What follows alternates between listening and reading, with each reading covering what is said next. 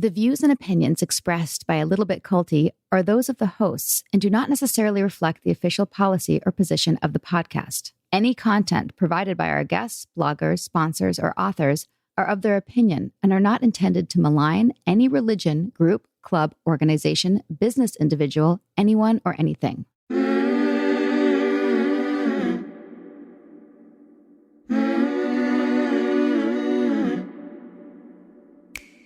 Welcome to A Little Bit Culty, a podcast about what happens when something that seems like a great thing at first goes to the dark side and takes you with it. I'm your host, Sarah Edmondson. And I'm also your host, Anthony Ames, a.k.a. Nippy. Sarah and I met, fell in love in a, quote, self-help organization that turned out to be a mega cult called NXIVM. Heard of it? We got out of there together, and on our way out, we helped shut it down. Our journey as NXIVM whistleblowers was captured in detail on a docuseries called The Vow on HBO, and also on the front page of a newspaper. New York Times, babe. Right. Have you heard of it? Each week on A Little Bit Culty, we talk with other former cult members and whistleblowers, plus experts in things like cultic abuse and coercive control. We also turn the mic over to advocates and clinicians with wisdom to share on recovering from everything from MLMs and toxic religion to bad romances with raging narcissists. There's always something to learn about the cultiverse. Be sure to subscribe to A Little Bit Culty so you don't miss an episode. Find us on Instagram and at alittlebitculty.com.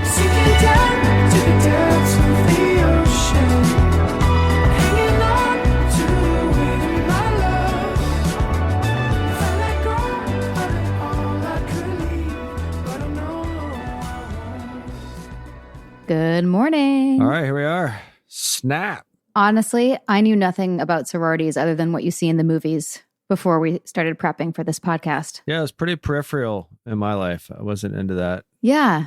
scene. I don't even know if my university had a sorority or fraternity. But when we were leaving NXIVM, I could always tell if somebody was still indoctrinated if I told them what had happened to me. And they would say something like, but what exactly is bad about it? Yeah. And then I'd feel like I got punched in my stomach because the normal response to human branding is what Right. the fuck? No, if the initial response is an outrage, then you're talking to someone that's been word saladed. Head fucked. Yeah. Yeah. And fine, we don't have to use the word brainwashed as per our conversation with Amanda Montell. We can say indoctrinated. We can say, it's not appropriate given what happened in Jonestown, but people understand the concept of drinking the Kool-Aid, even though it was Flavor Aid. But you're still under a false belief system that somehow branding should be part of personal development.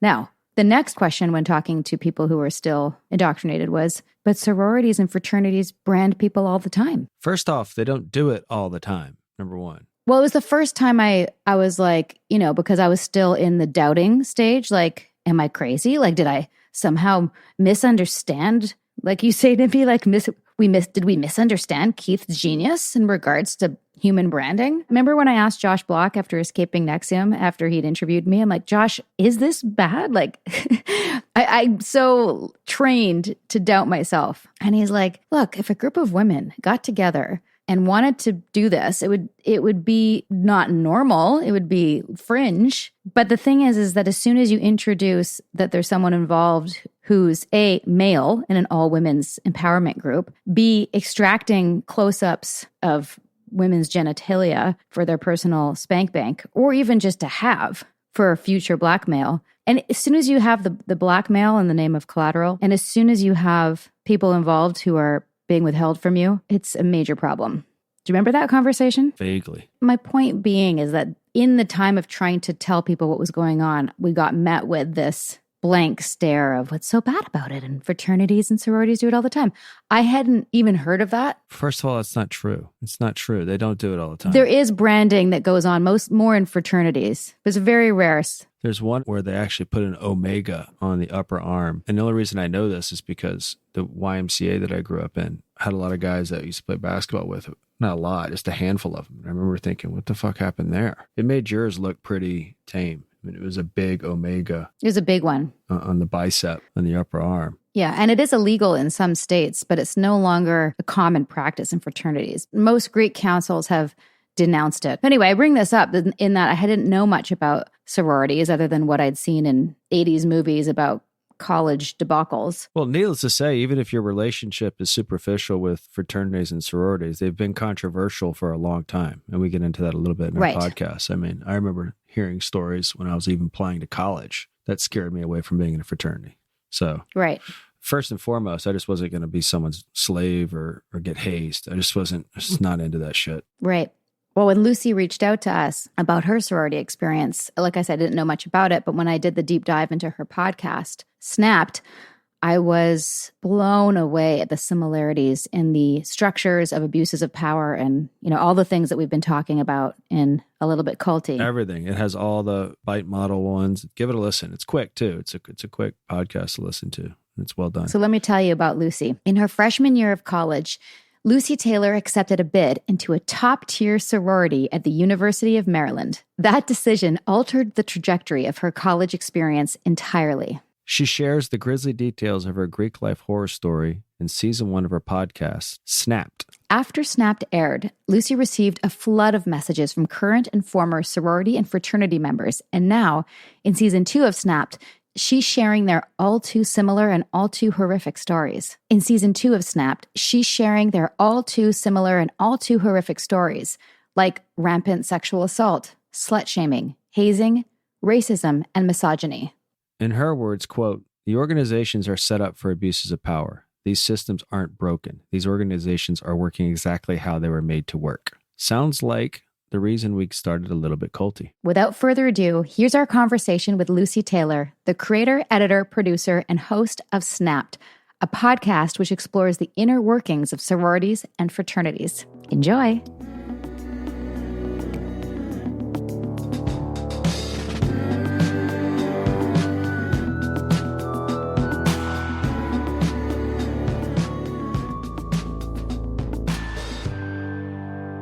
Lucy, welcome. Thank you. I'm so excited to be here. I am a huge fan of both of you. Oh, that's sweet. I was really touched when you reached out and started researching and listening to your pod. I was like, oh, this is so perfect. Yes. When I was watching The Vow, I've watched it 3 times now, but the first time I was watching it, I was like, oh my God, I need to grab a notebook. And I just started taking notes because of all the similarities that I saw. Wow. Just wanted to say, I really appreciate that you reached out. And I know I've shared this with you when we were chatting on the phone, but it's important for me for so many different reasons. But one of the sort of through lines of this conversation is that when we were leaving and recognizing that what we were part of was not what we thought it was, the narrative within NXIVM was, but what's wrong with branding? Sororities and fraternities do it. And I didn't really have the understanding of listen, I never went to a sorority. I went to a university where that wasn't a big thing. I think it may have existed, but I wasn't even aware of it. So I only had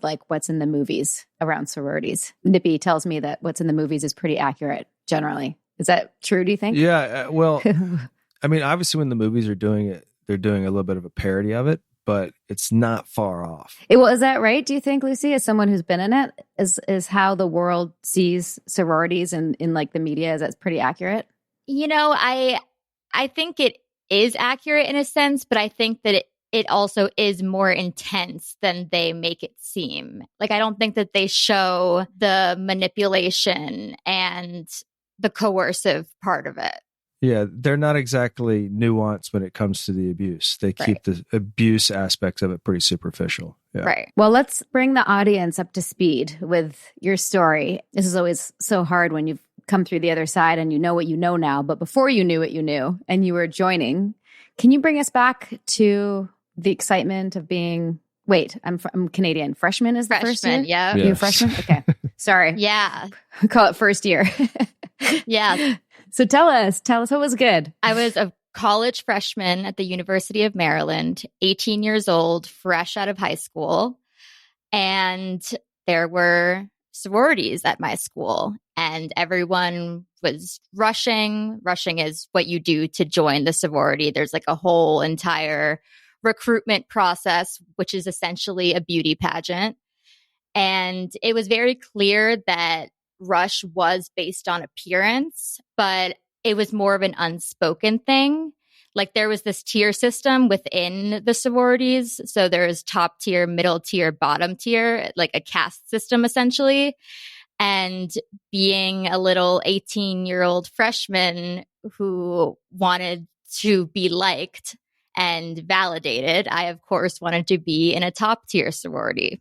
And I went through the rush process, which is either a very exciting process if you're being asked back to the houses, or it's a very detrimental process for your mental health because you're being essentially told that you're not pretty enough or your personality isn't cool enough to be joining one of these groups. But of course, when I got into a top tier sorority, I felt like I was on top of the world. No one could tell me anything. It was just a total moment of validation for me. So in that moment of validation, all I could do was continue and be excited about all of these new friends that I was making and all of these new people that I could now sit with in the dining hall. And right when I got back from recruitment, there was like a little bear on my door, a cutout bear saying Alpha Phi loves Lucy. And then, you know, I got a big, which is like a big sister in the sorority. And when you get a big, you get like a basket full of sorority apparel and lots of little goodies. I would have been sold right then, by the way. I love baskets of goodies. Same. I was right? sold. Love bombing. Totally love bombing. I have to say, like, Scented candles. Oh, yeah. Was there candles? Oh, yeah. Oh, Bath salts? Oh, yeah. That's love. That's love right there. Wait, I guarantee there was vanilla scented moisturizer. Am I right? You know what? You're absolutely right. Like, I knew it. I would have been. Sarah, have you been in a sorority? No, but I have to tell you, Nippy and I didn't talk about this, but when she was talking about that first stages, and there is definitely a lot of similarities with our personalities, Lucy, never mind the musical theater background. But like, it's not an abnormal thing to want to be liked, right? You know, some people don't care. Some people are somehow bulletproof towards that wound, but like it is a thing, especially when you're 18 and you want to fit in and you want to find your tribe and your community and you're like, you don't know anybody. I totally got caught up listening to your podcast being like, yes, yay, top. And first of all, how do they even decide who the tiers are? Like, what makes a top tier a top tier? I just had to ask that. it's based off of how liked you are by the fraternities. Oh, And how hot the fraternities think you are. okay. Oh, so it's in reference simply to the validation you get from the fraternities. Exactly. That's what determines a top tier sorority? Essentially, yeah. Damn. Yeah. So the sororities are there like on behalf of the fraternities. And that really translated also in the way that we socialed with them. Like they were in charge of the alcohol on campus and we went to their houses as their guest. And as a good guest, we had to show them a good time. What does that mean? And tacitly, what's a good time? It means essentially having sex, but not being slutty, if that makes sense. So it's a really weird, like, fine line where you can't really win either way. Mm-hmm. But yeah, essentially it means having sex with them. And that's not on the brochure. Oh, no. They no. have a very wholesome front. Like during recruitment, you're not allowed to talk about alcohol. But then once you're in, you're drinking 3 times a week with these people, minimum. How do you even have time to study and like to go to school? That's what in this podcast, I was like, sorority life seems to take up everything. Like, are you actually going to classes too? You are. And it's nice that your sisters are going to classes too. And you can study together and get like notes from someone and get the answers to a quiz. And like in the sorority house, there's literally binders full of notes from like every class in college. So you have like an instant community of people to help you get through classes. Wow. Okay. So let me just backtrack for a second. So the inconsistency that I saw right from the beginning, I would have been very confused, was this like wholesome, all this emphasis on how you present yourself as a member of Alpha Phi. Am I saying that right? Right. Okay. Or any sorority, I'm imagining. And then there's this specifically like you can't show too much cleavage. Your dress can't be too short. You can't look slutty. But then there's these group chants about sucking cock before you go out to see the fraternities. Am I right? You're exactly right. Yeah. What was that like for you? And I don't want to, well, maybe this is the next question in terms of like the first red flag. Was that one of the first red flags that you saw, or you didn't know was a red flag, or in like moment of confusion for you? Yeah, it definitely was a moment of confusion for me. Like I would have moments just being like, why are they telling us that we can't wear like a crop top to the beach themed social or something like that? Just little things that our pledge mom would tell us in meetings about what we could or couldn't do. And that's how the SNAP system came about, which is the system that they use to monitor our social media. So if we post something that isn't in line with their standards, they comment SNAP. And something that I didn't reveal in the podcast because I didn't mention Alpha Phi, but now I am mentioning Alpha Phi, is that SNAP actually stands for So Not Alpha Phi. Oh, yeah. Okay. I was wondering why SNAP was the term that was used, because in your first season of your podcast, you don't talk about the name. Were you afraid of retaliation, or what was that decision? I was definitely afraid of retaliation, and I didn't want to make it seem like this is an Alpha Phi expose, because Alpha Phi is like very known to be a problematic sorority. And I wanted to make it clear that it's not just this sorority and this chapter. Like other sororities do the same exact thing. Right. And I didn't want that to be the focus of the podcast. That's smart. Question about the preening that they were doing, I guess, for the fraternities. Did you get the impression that that's what you were doing right away? Or when did it become aware to you that like, wait, we're just catering to what the fraternities want us to be like? Does that make sense? Yeah, absolutely. I don't think that I realized that right away. I think that maybe a moment that I had some sort of realization about it was when they were telling us that we weren't allowed to leave the post games until like 12:30. And a post game is basically the after party, like after the social with the frat, like when they would start reprimanding us for not going to the socials. And they would say things like, these guys have put so much effort into this party, like stuff like that to guilt us into going. Wow. Yeah. It's volleyball. Next seems yeah. Post game is the equivalent of midnight volleyball with Keith and his pads. Let me backtrack for a second. So we always ask our guests, like, what did you think you were getting into? And when I listened to your podcast, I definitely could see, and I would imagine also being 18 and being like really caught up into all of the excitement and the good parts, the camaraderie, the social support system, feeling like you got a bunch of girls that young women that have your back. Is there anything else that you want to share that was like you thought you were buying into or getting into, that so people understand what it looks like? Right. Yeah, definitely the instant community, but also the validation factor of it all. Like the people in it are very conventionally attractive and oftentimes come from wealthy families. And I say this in the first episode of my podcast, but I really had the feeling that like if anything bad happens at all, like it's fine because my sister's dad is a lawyer now, or like, I just felt like I had this group of people now that had my back for anything, and I would have theirs too. And it just also gave me a really big social life. Like going to college is so expensive in general, and it feels like the way to get your bang for your buck, especially in the partying realm, is to join Greek life. Right.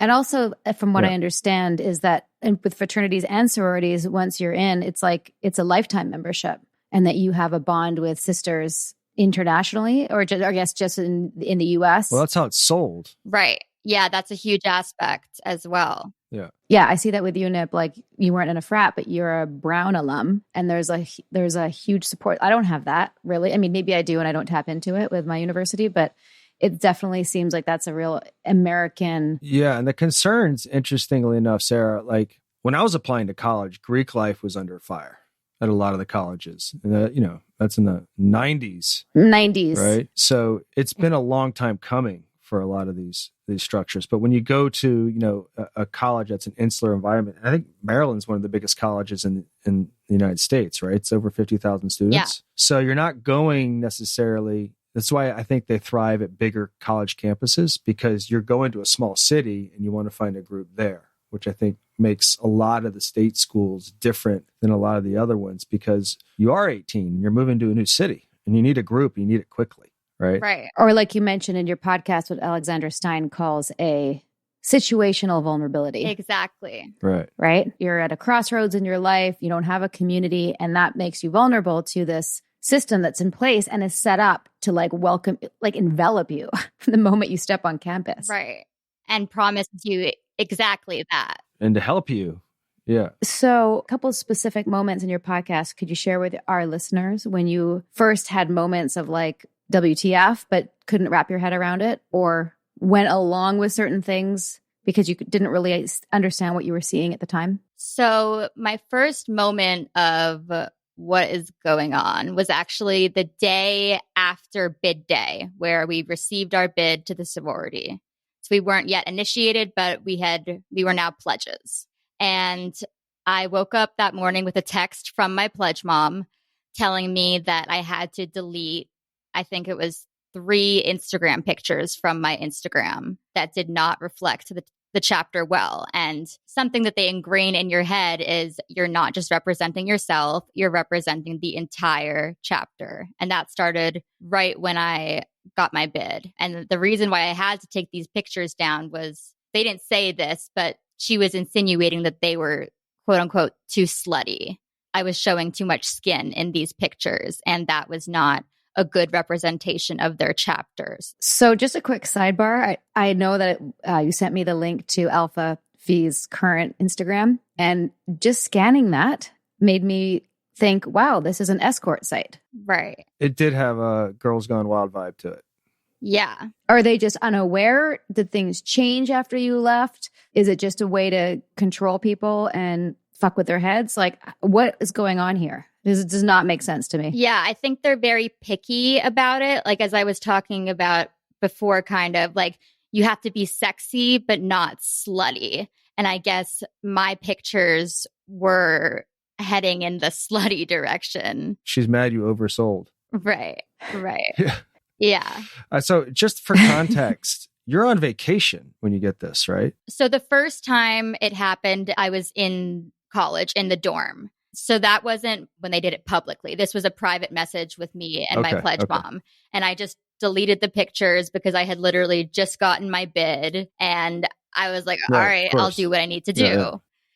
But the second time that it happened, and the more traumatic experience, the first time it wasn't traumatic, but the second time it happened, I was on vacation and I posted a bikini picture of me and my friend laying on the beach. And I got a few comments from my sorority sisters, the older girls. You know, there's that older girl, younger girl dynamic, commenting snap, so not Alpha Phi.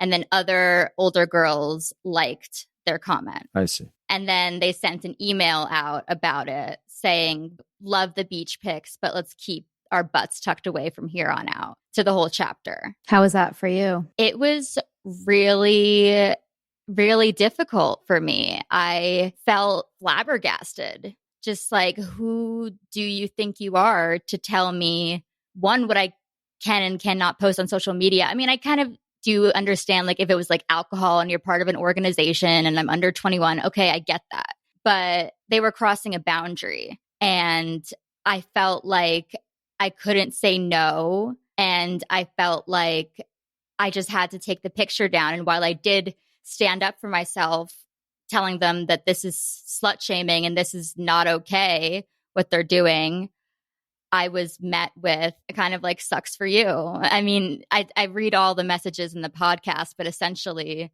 they just stopped replying. And I was left with all of these emotions and with no one to go to, because I felt like I couldn't really say anything else. And then even the sisters that I was talking to were defending the sorority's choice. It was always, everyone always protected the sorority. and you could never say anything bad about the sorority or about what anyone was doing, especially if they were an older girl. And at that time, I was still a baby, is what we were called, because they weren't allowed to call us pledges anymore. So they called us babies. They gaslight you? I don't know in that moment. Like if you came to them with a complaint or a grievance and you left feeling like it was your fault, the conversation? Yeah. That's gaslighting. Right. So That's I guess gaslighting. they did gaslight me because they said like, I'm sorry you feel that way. That's a perfect example. They definitely gaslight you. When by I the heard way. that in your podcast, I was like, I'm sorry you feel that way. Right. Yeah. You That's didn't a have dick chance. move. Well, you don't have a chance because they're never going to see that you might have a grievance. They're just going to make sure you walk away doubting what you saw. Yeah, because basically they're sort of taking responsibility, like, and being kind in a like presentational sort of way. Like, we're here for you, and I'm so sorry you feel that way. But really, it's your issue that you feel that way. Yes. And not, I'm so sorry that we did this and didn't take into account how it would make you feel when we wrote a group letter and clearly like pointed out your infraction. And everyone knows it's you. Right. It's really humiliating is what it is. It was. And then they're saying that they didn't do that. Yeah. That's the gaslighting. We didn't humiliate you. We're just upholding standards, Right. which aren't even consistent. So that's like, Right. Well, that's the abuse. yeah. And that they know better because the ranking system, you know, you're not using sashes and stripes, but you have a ranking system with the ages. Which, to your credit, you know, I was thinking about it. You didn't last long because of your instincts, right? Right. I lasted 7 months. Yeah. Good for you. Because it didn't work on you. You didn't let the indoctrination happen to you for whatever reason. Right. But I don't know. I feel like I also kind of did. Well, you did for it to a degree.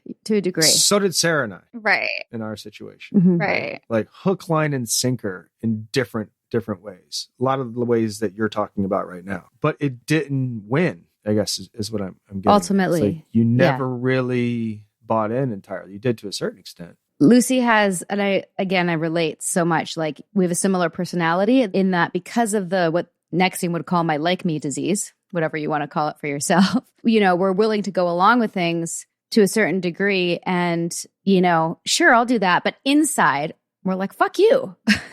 Right. Right? Until the boundaries are crossed so much that you're willing to take a stand and blow it all up. So before we get to that, you shared the first thing. What were some of the other things that were red flags that caused you eventually to wake up?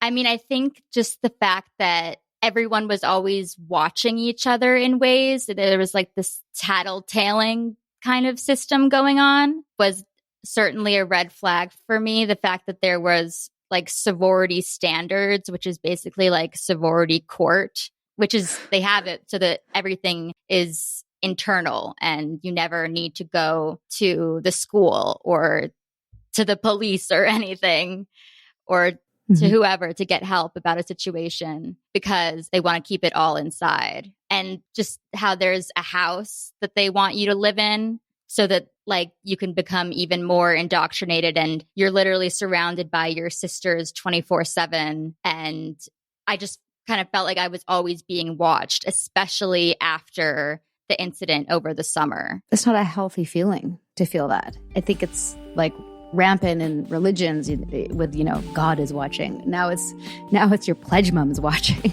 Right. And also you're a little bit on their radar. For sure. Absolutely. Okay. Absolutely. And everyone in the chapter knew it because they sent an email to the whole chapter and my text messages with my pledge mom were sent to the older girl group chat. So it was, you know, everyone had their say.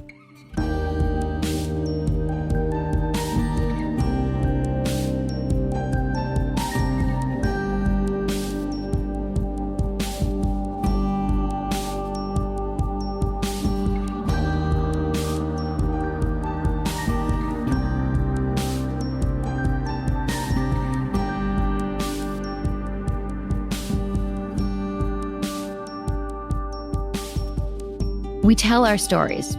We change the world.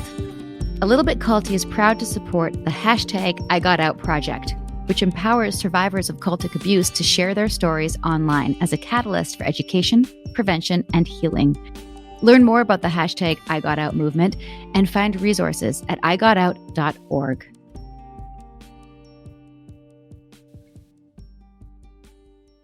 The Frankies were a picture-perfect influencer family, but everything wasn't as it seemed. I just had a 12-year-old boy show up here asking for help. He's emaciated. He's got tape around his legs. Ruby Frankie is his mom's name. Infamous is covering Ruby Frankie, the world of Mormonism, and a secret therapy group that ruined lives. Listen to Infamous wherever you get your podcasts. This episode is sponsored by BetterHelp. What are your self-care non-negotiables? Maybe you never skip leg day or never miss yoga. Maybe it's getting 8 hours of sleep. I mean, that's my personal and everyone's dream, isn't it? Well, I definitely have some non-negotiables. Like, I'm in Vancouver right now, and I'm spending literally as much time as I can outside in nature. Hashtag cold pools, hashtag crushing it. Nature is a non-negotiable. Not enough time in the fresh air and the trees around me, and I start to feel not great, not myself, not grounded. Therapy day is a bit like my nature walks. I try to not miss it, and I know I'm just going to feel so much better all around if I make it a priority. I get so much out of it. It helps me put my worries and anxieties in their rightful place and helps me clear my mind so I can focus on what I really need and sometimes what I don't need. Like, I don't need to be overbooking myself just because I hate to say no to people. You know what I mean? Thanks, therapy. Thanks for helping me see that. And if you're thinking of starting therapy, give BetterHelp a try. It's entirely online, designed to be convenient, flexible, and suited to your schedule. Just fill out a brief questionnaire and get matched with a licensed therapist and switch therapists anytime for no additional charge.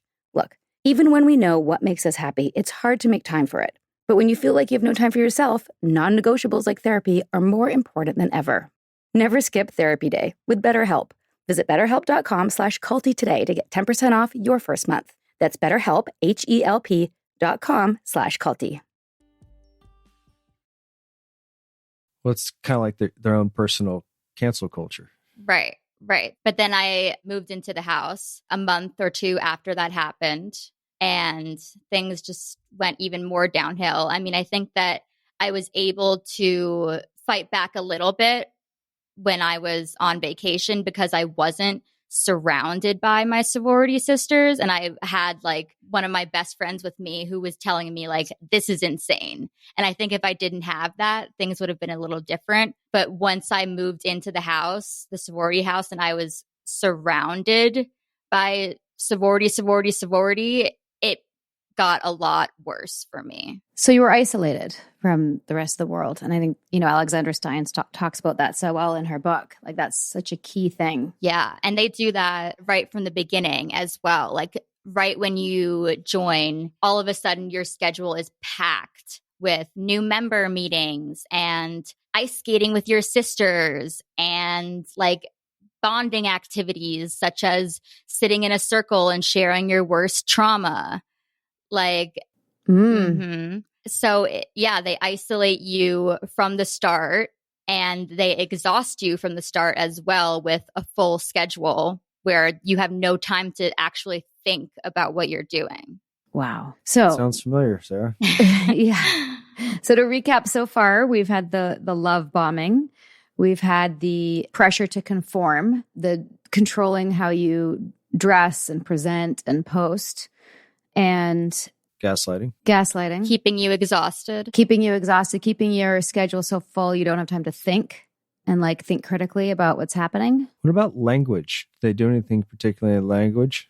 There's so much language control. There's all the different acronyms. Yeah. Well, they would always say, trust the process. During recruitment was something they always said. And that reminds me of, I think Keith said, like, trust your experience.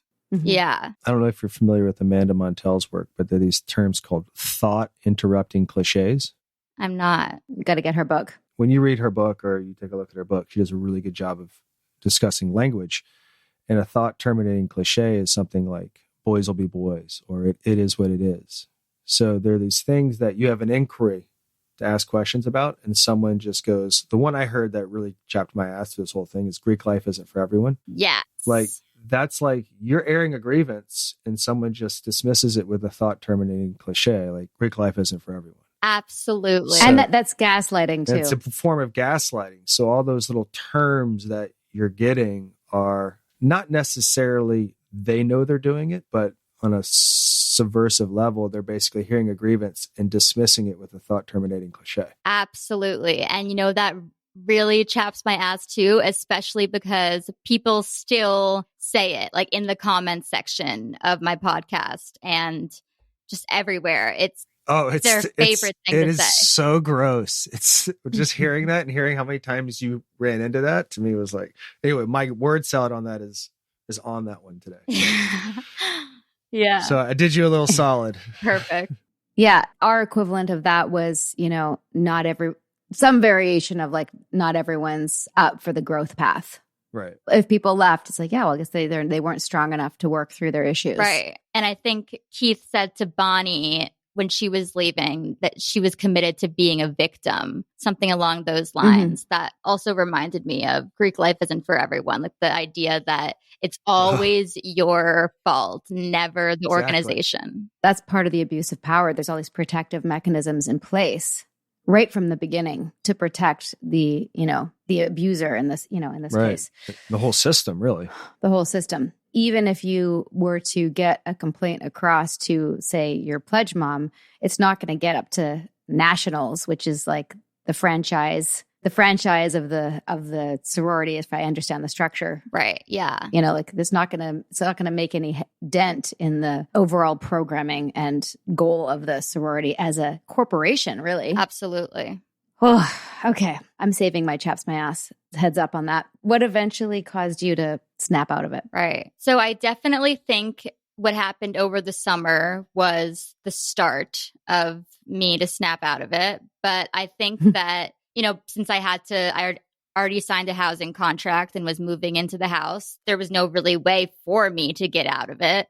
And so I just had to keep being in the sorority. But then once I moved into the house, I was living in a very toxic environment. I lived in a quad with 3 quote unquote perfect sorority girls who were very into the chapter. And I was from the beginning very miserable living there. But what really got me to wake up, I guess, was after I was raped, I faced really weird messages from the sorority about what happened. Like I never said, oh, I was raped, but I would say like, this guy like put his dick inside me and I didn't want that. And the response was like, oh, like boys will be boys. Like not exactly that, but that's what I heard.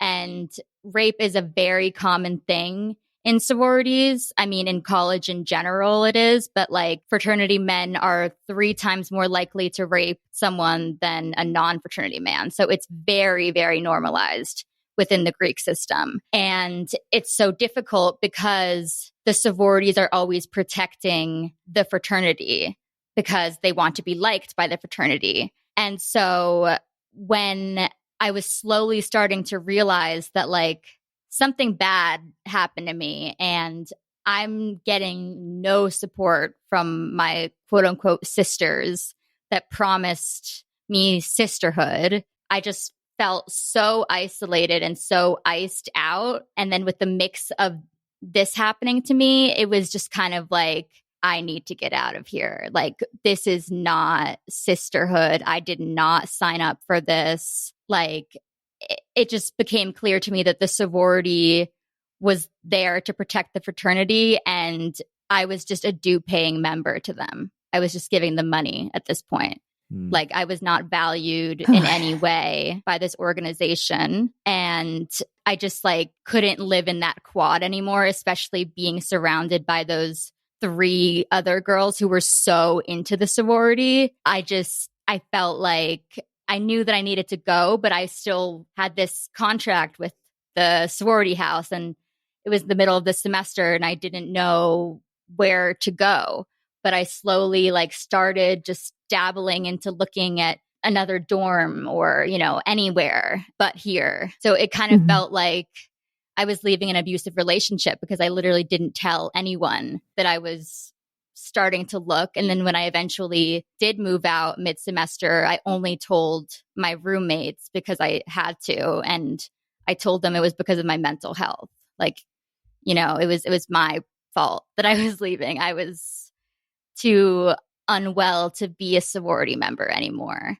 But, that wasn't actually the truth. I mean, I was unwell. Not for the reasons that you're saying. Right. Yeah. Right. It was a smart strategy. It's one we did as well. We gave them exactly. them nothing, and just gave them something to work with and pieced. Exactly. I want to say, Lucy, like, I'm really, first of all, pissed that happened to you.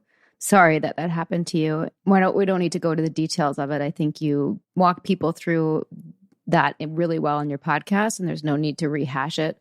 The fact is that it happened, and that fact that you didn't have the support, I mean, especially under the guise of sisterhood, like it's just the opposite. And, it's something that we really try to show our listeners, like, what are the red flags? That is a red flag. If what they're saying is one thing and they're doing the opposite, that's a fucking huge red flag. And that is a major inconsistency because they didn't have your back and they should have. And the fact that they wouldn't stand up to the fraternities so that they don't like lose drinking privileges or whatever, or party privileges, like that's disgusting. Mm-hmm. It's a disgusting side of humanity that happened anyway. Right. And the guy who did rape me ended up being kicked out of his fraternity.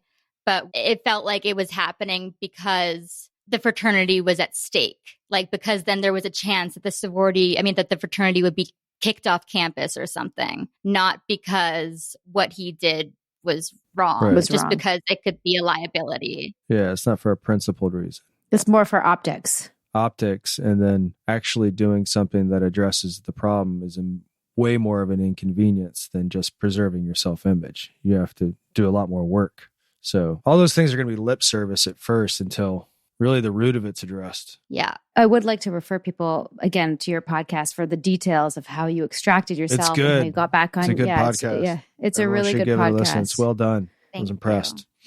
Yeah, really well done. And there's a couple moments that I also resonated with, but I think are really key, emotional, powerful moments, like you driving away from your sorority house with Freedom by George Michael playing in the car. I was like, yes, freedom! Yes. Like I was so happy for you. Sarah does that all the time. Yeah. I love it. I do. Literally. Kind of our theme song. Yes. Yeah. It fit the moment perfectly. Yeah. I literally felt like I was escaping the sorority house, like, because I wasn't telling anyone that I was leaving. And I literally put my stuff in trash bags and tiptoed out of there. My one friend who wasn't in the sorority helped me move out.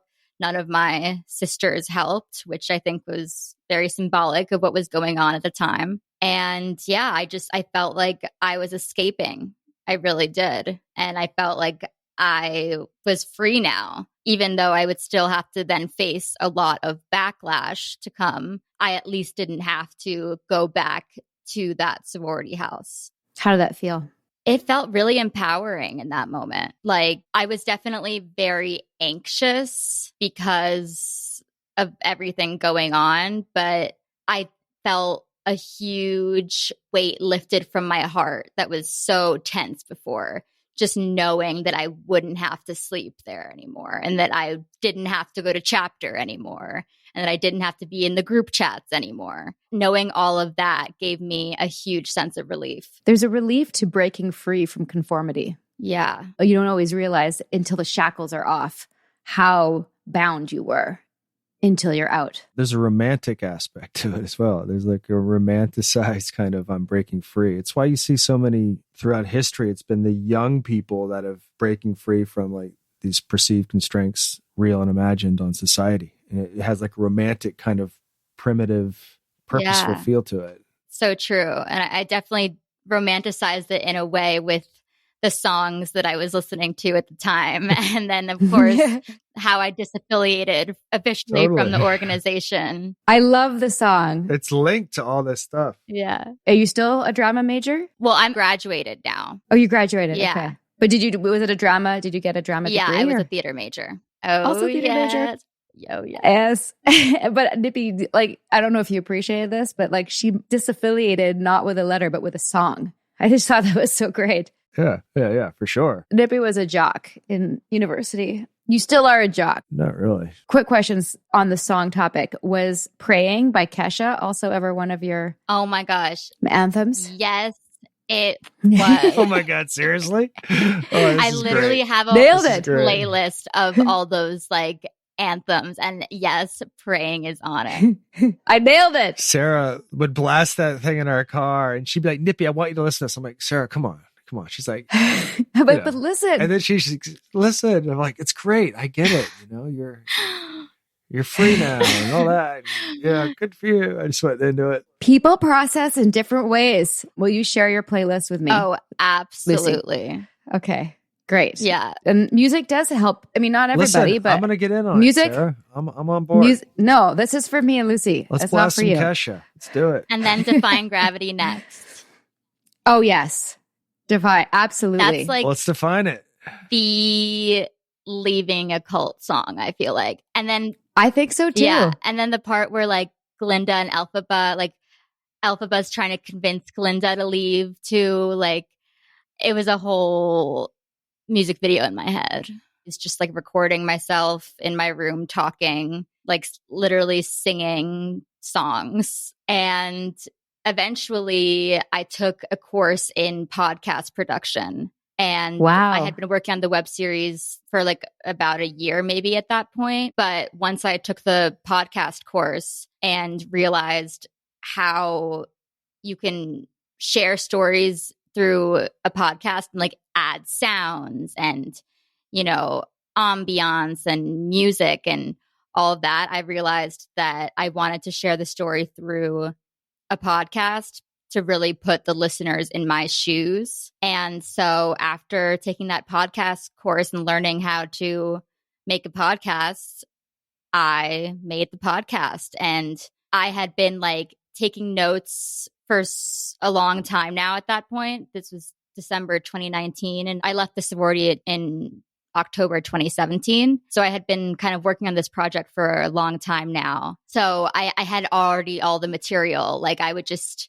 when my friends would go to the bar or something, I would be like in my room working on this project. It was just always like a thing for me to do. Like in a moment of feeling triggered, I would just like write in my notes, like little details or like things that I remember. At the point of taking the podcast class, I already had all the material written down. Now I just had to record it. And so that's what I did in the second semester of my senior year in college. And then the pandemic hit. And right at the beginning of the pandemic, or I guess a few months in, I released the season. And that was like, I released the first episode, I believe, few days before I graduated. And so it was kind of like my send off, like deuces and smooches. So great. Yeah. And what was the response like? So the response overall has been really, really great. Like so many people reaching out and sharing their experiences. I mean, I think that's the power of storytelling. It allows others to then share their own stories with you or with others. And of course, there's those comments that are like, Greek life isn't for everyone. And those comments that are like, my sorority would never do this. But overall, it's been really, really amazing. And releasing it was just so cathartic because it's a way to reclaim your narrative and reclaim like everything that happened in your own words. And I actually just released a second season of the podcast because of the response that I got from the first season. Like there were just so many people just flooding my DMs with their own experiences. And since this is a organization that really makes it so that people don't go on the record and there are not a lot of outlets to talk about a negative Greek life experience, I just felt like I needed to make a second season with the audience that I had now established so that other people could also share the negative aspects of their experiences. And I think that has been a key part in my healing as well, like turning trauma into purpose in a sense. My therapist says it's post-traumatic growth. Yeah. Hey, Culty listeners, lovers of cult-busting content, ALBCers, Culty kids. We've gotten a lot of requests to put up a link where people can throw some funds up behind the podcast and help support what A Little Bit Culty is doing. And you know what? That's a great idea. Thank you for that. And as we've gotten to know other podcasters and learn more about this whole podcast thing, we've been learning that it takes a whole lot of different resources and different sources of revenue and listener support to keep it rolling. Sponsorships and ads and the occasional appeal to amazeballs listeners like you. That's why we added a way for anyone who wants to support the show to do exactly that. You can go to alittlebitculty.com/support or the link in our Instagram bio, or smash that link in our show notes to make a one-time contribution or a recurring one. We will pay your support forward with a galactic level of love and light and healing resources, of course. Again, it's alittlebitculty.com/support or check out the link in our Instagram bios. Next up, we really got to figure out what to call you, our listenership. ALBC Nation? Flying monkeys? We're going to have to workshop that. Thanks, guys. Meals bring people together, but for many families, providing their next meal can be a challenge. You can help by participating in Macy's annual Feeding the Hungry food drive. All proceeds go toward local food banks and families. Now through January 31st, you can purchase an icon in-store or online, or watch out for the blue Feeding the Hungry shelf tags, where a portion of your purchase will be donated to local pantries. Together, we can combat hunger in our local communities at Macy's. This episode is sponsored by BetterHelp. What are your self-care non-negotiables?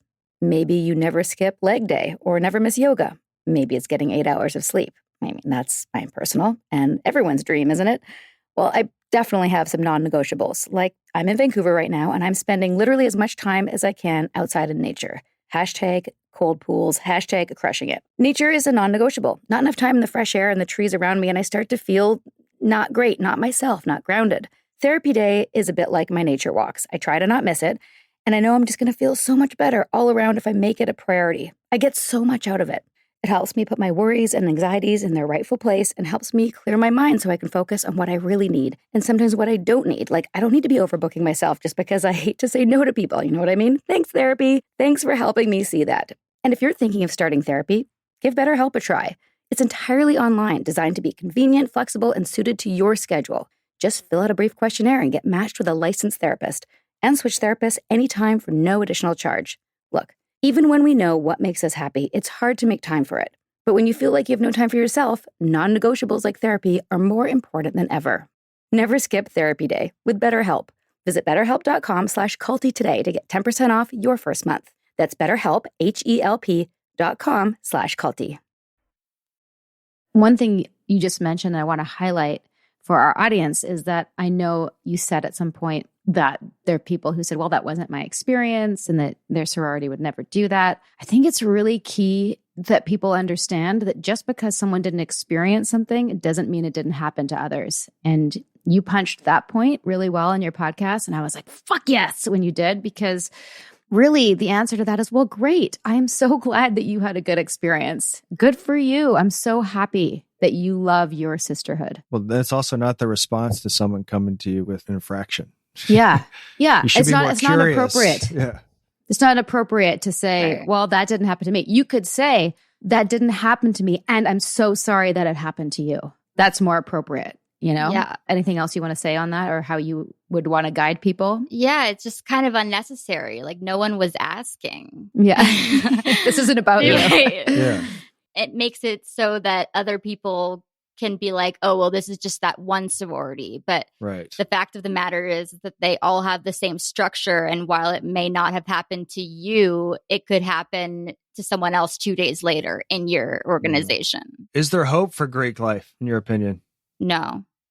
This is a system that's been, like, people have been trying to reform it for years and years now, and it's not able to be reformed. Hazing is integral to their model. Without hazing, they're just, another club. And without all these tactics that they do, it's integral to keep people loyal and to keep people paying.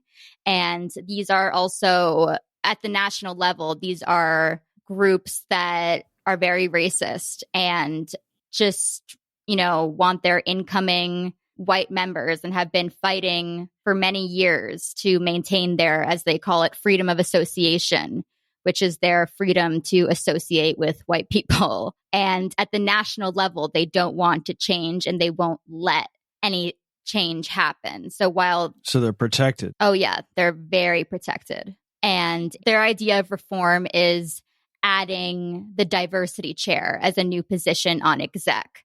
But what that really is usually the one person of color member in the chapter doing tons of unpaid labor for a system that can't change, because at its roots, it's a system of white supremacy that is there to maintain white supremacy. Wow. I did notice on the Alpha Phi Instagram that there was a little bit of diversity maybe in some of the ethnicities. Do you think that they're trying to, like, is there in their quotas, or is there like a percentage that they have to meet now? Or is it just like token? I'm not sure if they have a percentage in their quotas. I haven't heard that. From what I've observed, it's just tokenism.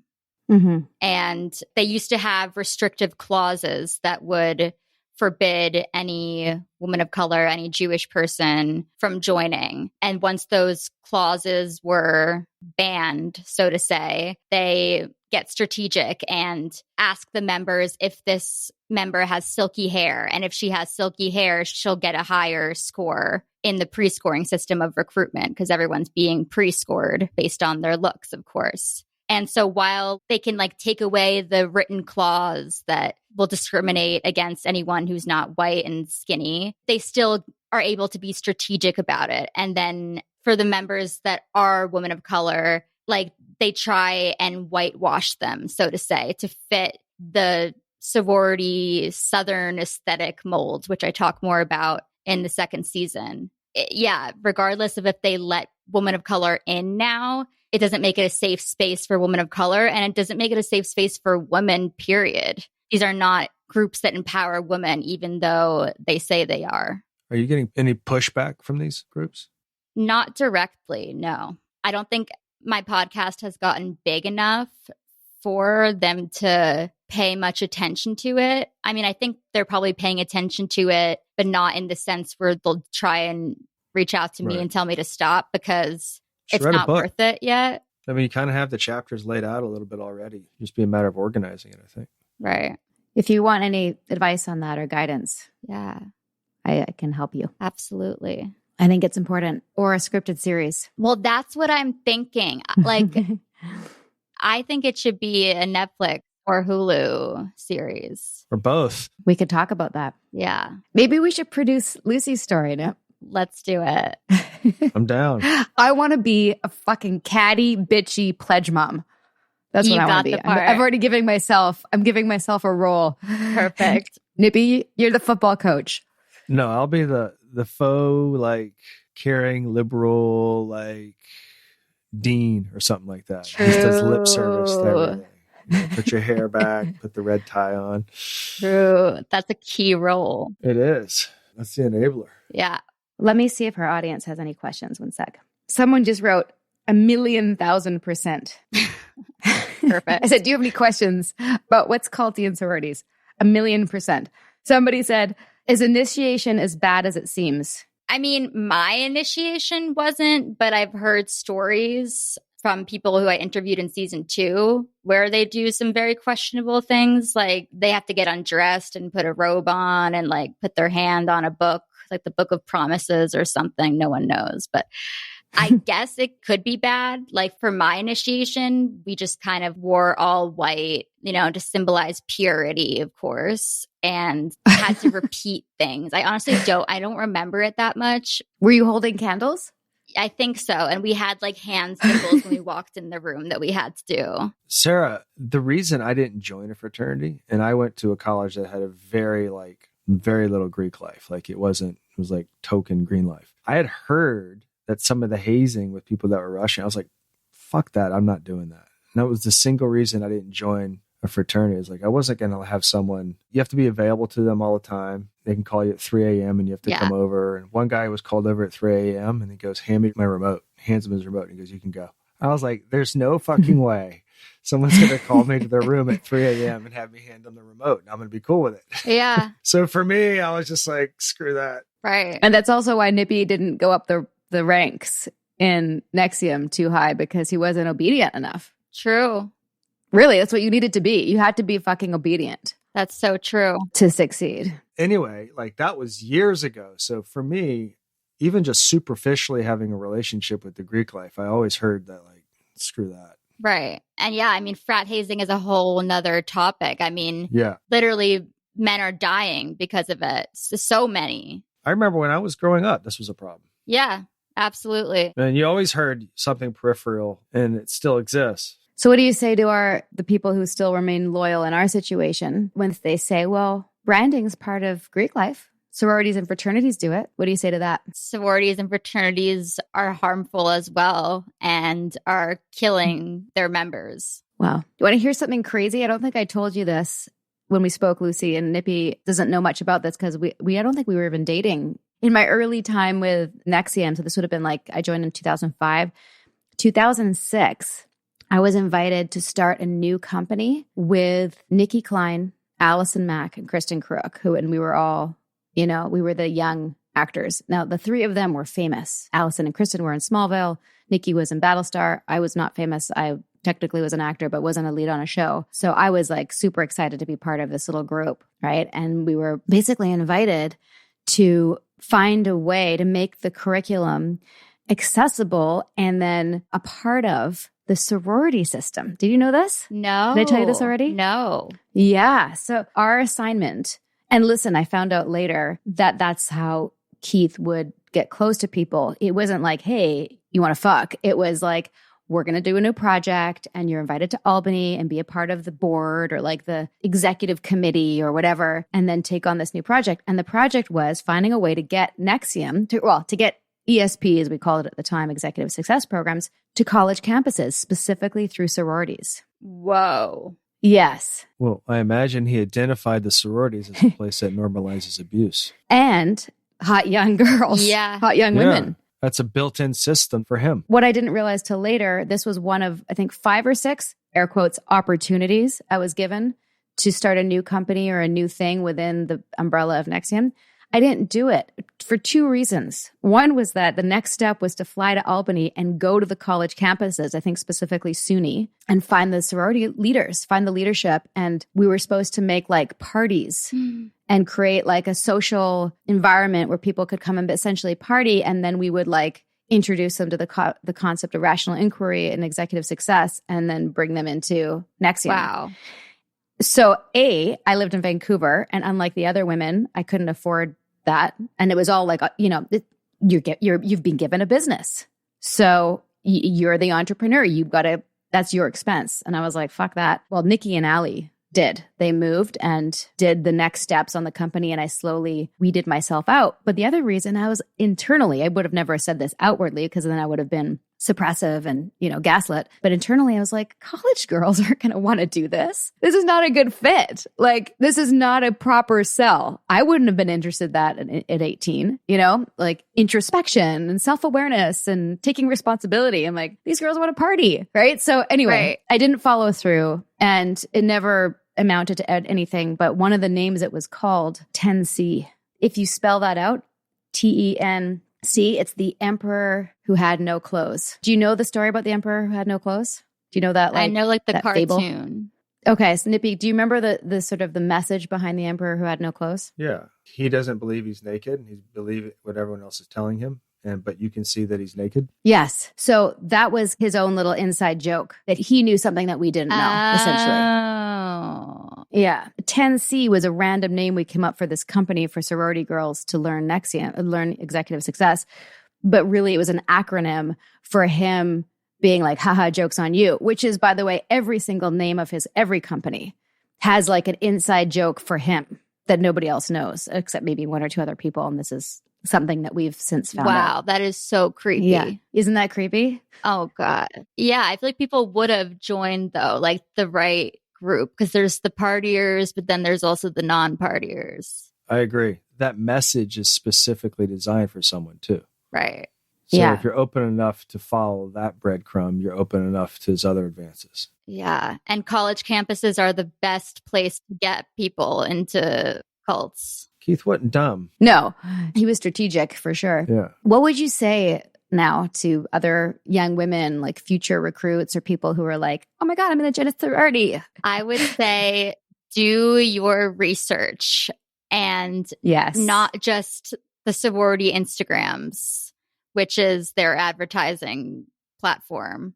Look up some bad experiences. Look into their history. Mm-hmm. You can make friends other places. It doesn't need to be here. While this seems like the fastest way, it certainly is not the best way. So true. And it's not a healthy way. It's not. And I don't talk to any of them. I'm not friends with anyone in it anymore. I was shunned. Mm-hmm. They're not your real friends. They're your friends because you're in the same sorority and you can now post Instagram pictures with each other. And I mean, of course, there are real friendships in it. And I did have a few real friends in it. But then when I left, those quote unquote real friends were saying, you didn't try hard enough, or like you going to the school to report this might impact some of your really good friends. You know, like they're having all these mind distortions go on as well in their heads. Yeah, people did that with Sarah. They had a problem with how she was holding things accountable. Yeah. They still have a problem with me. Yeah. Well, all of us really. Right. Well, no one's going to tell you how to defend what's right, particularly the people that you're exposing. Yeah, they're always going to have a problem with it. Speaking of, what do you want Greek life members to know who are still in? What would you say to them? I would tell them that I understand how hard it is to get out and how it might feel like it's the end of the world and you can't even imagine a life without it, because oftentimes all of your friends are in this one group. But there is a life outside of Greek life, and it's a lot bigger and healthier than the life within Greek life. And I would just tell them to take the leap if they have that instinct, if their instinct is telling them something for a reason. Good for you. I was also really ass-chapped by like just the conformity around the looks, like that you had to present and be polished. What do they call it? The 2/3 rule? Makeup, hair, and clothes. You have to have 2 out of those 3 things. Right. Top. Right.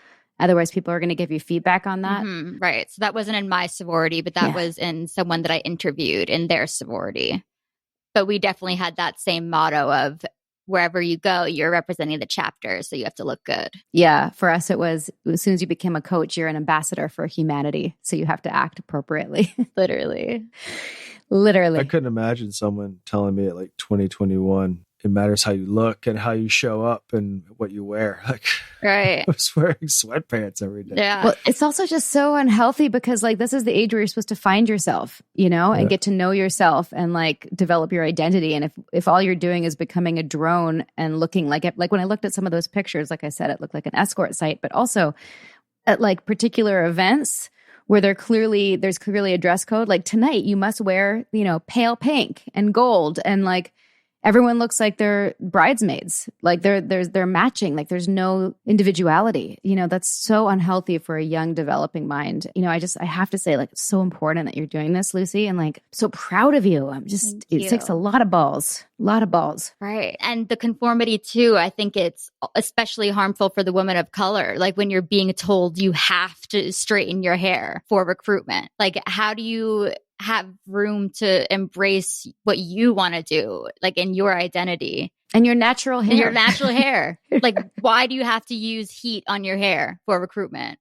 I mean, we know the answer, but oh man, you've been through such a journey. I really hope that good things come your way and you continue to shine light on these abuses. And, you know, I don't know if Greek life will topple, but you can certainly make a dent and stop other people from joining and give them the tools to analyze if it's something that they want to do. Right. Thank you. Yeah, I definitely don't know either if Greek life will topple.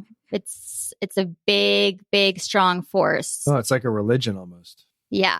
It has support. Well, it also probably has support from religion. Yeah. And it has support from the government. Yeah, and the government. Well, you got to put it on the schools. The schools are ultimately, I think, liable for supporting it. If you can expose to the schools the inconsistencies of probably what the message of their school boasts. Right. You have systems in place that aren't in line with that. You put pressure on them. Right. It's just wild when a student literally dies from hazing and they still won't remove it. Like, it's like, what needs to happen? Yeah. Wow. Like with alcohol poisoning, like they go out drinking and kids are dying. Yeah. Well, thanks for your work.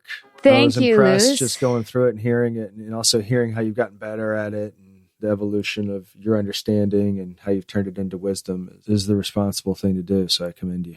Thank you so much. I mean, you two have been huge role models for me during this, and I'm so honored to have gotten the chance to be on a little bit culty.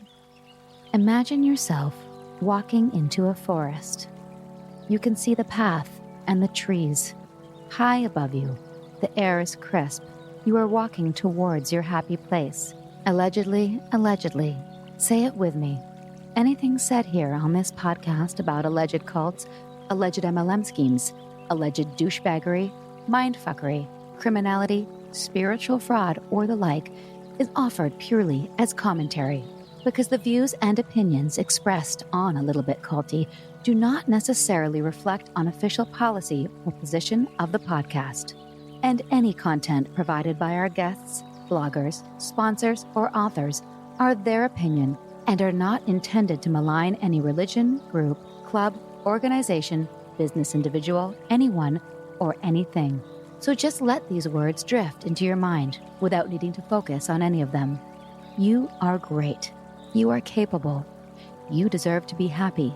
Nobody's mad at you, unless you're actually a narcissistic, culty criminal. If that's you, cut that shit out.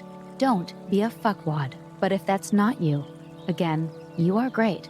You are capable. You deserve to be happy. A Little Bit Culty loves you.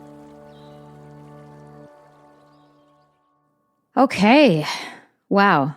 I really like her. She's a badass. Yeah, no, look, and she's doing everything, I think, right in terms of what you ought to do when you've been in an experience like that. So anything that, we can support in her righting the wrong, I think is great. I think it's great that she's doing what she's doing. And it's pretty impressive that she's been able to gather her thoughts, educate herself on doing a podcast. And then the fact that she kind of saw us as pace cars is great. It means we're doing our job as well. Absolutely. And I did pose this to our Instagram audience if they had any questions for Lucy about what's culty about sororities. And somebody asked, do they imply women should look a certain way? Example, clothes size.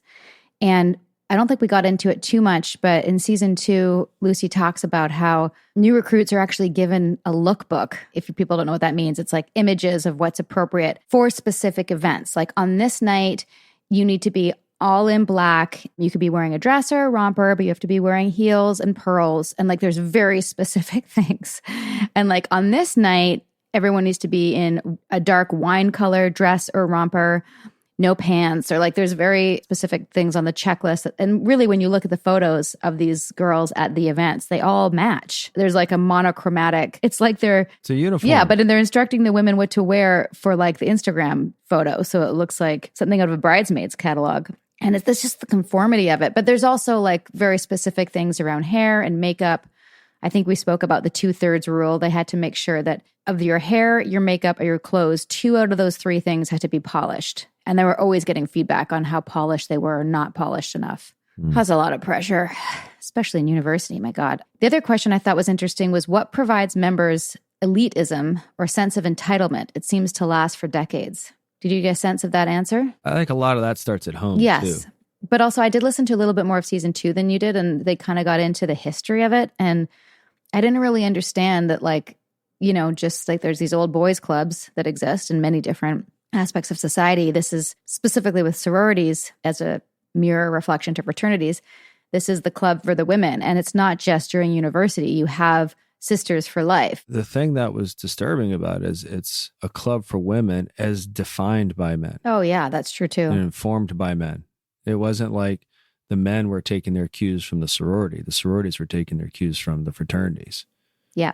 So that to me is kind of where, I don't know, that's just gross. It's hard not to judge it, but. Do you have a word salad for it? Like I said, the amount of times I heard her reference Greek life isn't for everyone, it had me going, and I did my word salad around that. So great. Here goes. Greek life isn't for everyone. It's interesting. One might argue that the quote unquote Greek way, if you will, is in essence the foundation of Western society with its tenets and its principles, if you will, many of which we have adopted. We would be hard-pressed to not find the, quote, Greek life in almost all aspects of culture. It is woven into the fabric of humanity into Western culture. So one can infer that to say Greek life isn't for everyone is in a way a rejection of your own humanity, if you will. That would be Keith if he was a sorority. If he was a frat boy. Keith would have loved to have been a frat boy. He was so not cool enough. Look, the 10C thing that you were talking about, he basically saw a structure that already had set up some of the abuses in it. Did he, or did he just want some young women? Look, it depends how much credit you want to give him, right? I don't want to give him too much credit. Yeah, well, no, but you're right. But if you're looking in our own society and our culture for things that are going to be already set up, catered to the kind of things that you want to do, he seemed to have identified one. Yeah. Anyhow. Well, I quite enjoyed that. I liked it. I think Lucy should write a book. Or do a series. Just keep on telling the story. Well, I think the book would lead to it. You know, she's motivated and she's learning quickly enough and how this works. So I think I'd like to see that. Absolutely. Well, thanks, babe. All right. Till next time. Until next time. And for anyone who's listening who's a teenager and considering a sorority, please do follow Lucy's advice and do your research before jumping on that bandwagon. I think there's a real natural desire to have all the things that it offers, but I think if you know where it's going, it's best to know what you're jumping into. Until next time, bye from us. Sinking down to the depths of the ocean, I'm hanging on to the weight of my love. If I let go of it all, I could leave, but I know I won't. Let's keep the conversation going. We'll be back soon with more episodes of A Little Bit Culty with more experts and survivors. And sometimes experts who are survivors, as well as some familiar faces from The Vow from HBO. If you've got suggestions or questions on upcoming topics, find us on Instagram at A Little Bit Culty. And for more background on what brought me here, my memoir, Scarred, the true story of how I escaped NXIVM, the cult that bound my life, is available on Amazon, Audible, and where most books are sold. If you'd like to help us spread the word about A Little Bit Culty podcast, please give us a 5-star review and tell your friends to subscribe. Seriously, take out their phone and tell them to press subscribe. It takes a second. We're also available on Apple Podcasts, Spotify, and every major listening app. And if you're listening on a smartphone, tap or swipe over the cover art of this podcast to find show notes and helpful resources. You might also find some offers from our sponsors there. And when you support our sponsors, you help us keep this podcast going. Just don't be a little bit culty about it. A Little Bit Culty is executive produced by me, your co-host, Sarah Edmondson, and Anthony Nippy Ames. That's me. Associate producer is Jess Tardy. Produced, edited, mixed, and mastered by Citizens of Sound. Our amazing theme song, Cultivated, is by John Bryant and co-written by Nigel Asselin. I'm Sarah Edmondson, and thanks for listening to A Little Bit Culty.